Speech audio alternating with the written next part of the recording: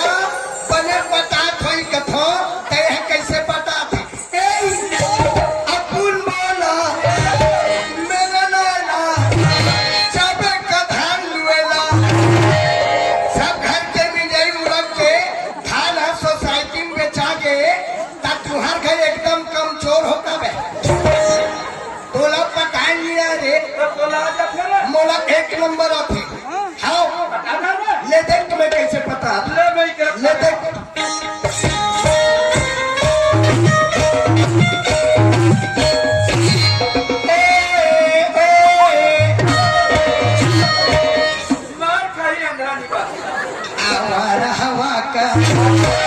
आवारा हवा का तोला झोंका थो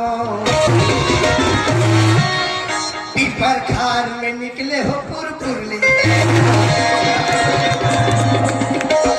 अच्छा पता आवारा हवा का हाय रे तेनी जलस कौन कोने तेला रे कोने की एक बार के कोने जानतस एक नाम है चम एक नाम है चम मैं सितार अवे हाँ तेली अब एक बार के कोने जानता पूजा पूजा बात तो यूं पूजा बने बने स्कूल वो तुम्हारी स्कूल नहीं जा रही स्कूल हाँ ए स्कूल वाले मामला मोर से नहीं जमे कैसे करूँ हमर संजहू हाँ ते बिजलू धर हुआ बिजलू हाँ गिरी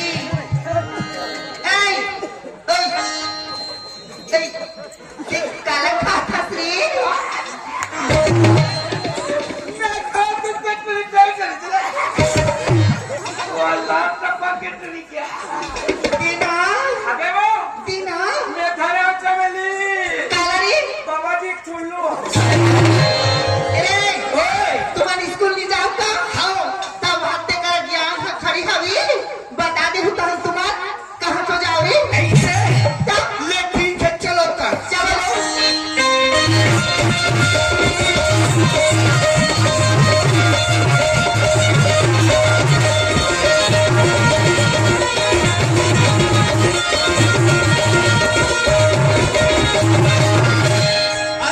कहाँ गए हो तुम यार? मैं दरिया गिरे हूँ काबा जी मछली पकड़ रही है और क्या कहाँ गए हैं? चले कह रहे हो काबा जी अरे क्या लगा कैसे घरी खेल मत जाओ तो स्कूल जाओ ये स्कूल वाले मामला मोर से नहीं जमे अरे झूलेलाल ऐसी काबा नहीं जमे यार अरे कुछ नहीं मिले ना यार स्कूल में झूलेलाल ये मन सब स्कूल जाते तब कुछ नहीं मिले करके जाते भाई रे अरे यार जिसके पास अकल नहीं रहता है वो स्कूल जाता है सही बात है। जेकर मक्कल रहे तू स्कूल जाते। हाँ पर ये बता बाबू ए में तो नाम बस लिख के बता दे फिर मत जावे स्कूल। मोर नाम लिख अरे तो नाम बस लिख के बता दे रे। ए भाई जेठू मोर का नाम है रे? अरे तो नाम मालूम नहीं है तो कहते नाम लिख सकते रे। ई पैसे में कहा तो झूलेलाल। अरे ज्यादा नहीं पढ़ते मत पढ़ी यार पर तुम्हारे दस्तखत के पुरतान पढ़ ले भाई रे। कोई मतलब नहीं है भाई, मैं नहीं पढ़ूंगा। अरे एक दिन पछतावे झूलेलाल। कब जी? अरे पछतावे कब बताओ? हाँ। जिस दिन में दस्तखत करेगी नंबर लगी बाबू वो दिन होटल घर होना तब याद ही वास्तविक में संगवारी हो। अगर आज पढ़े लिखे रहते नहीं यार तो जवान लड़का अंगूठा धराए काम नहीं रहन दे। ए अंगूठा से कोई मतलब नहीं है, जब तक ये अंगूठा मजबूत है तब तक। अरे कैसे समझाओ यार। अरे सुना था झूलेलाल। अरे एक दिन और पछतावे बाबू रे। कब जी? अरे कहीं बाहर से यही चिट्ठी और वो चिट्ठी ला धर के जावे सामने वाले घर में और कभी भैया चिट्ठी लपड़ दे। पढ़ दे। और वो कही कि भाई मोला काम से फुर्सत नहीं है यार कोई दूसरा घर चले जाते। वहां से फिर भागत भागत दूसरा घर जावे झूलेलाल और कभी भैया चिट्ठी लपड़ दे। पढ़ दे।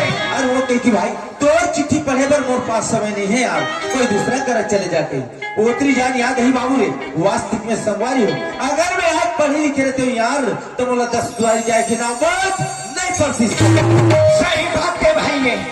हाँ ओइसन में मैं स्कूल जाऊँ। हाँ आज के बाद गली नहीं खेलो ना। हाँ अरे वैसा में टाइम मत करो यार आज परीक्षा है और गुरुजी जल्दी स्कूल बुला है। चलो जल्दी चलो चलो जल्दी चलो।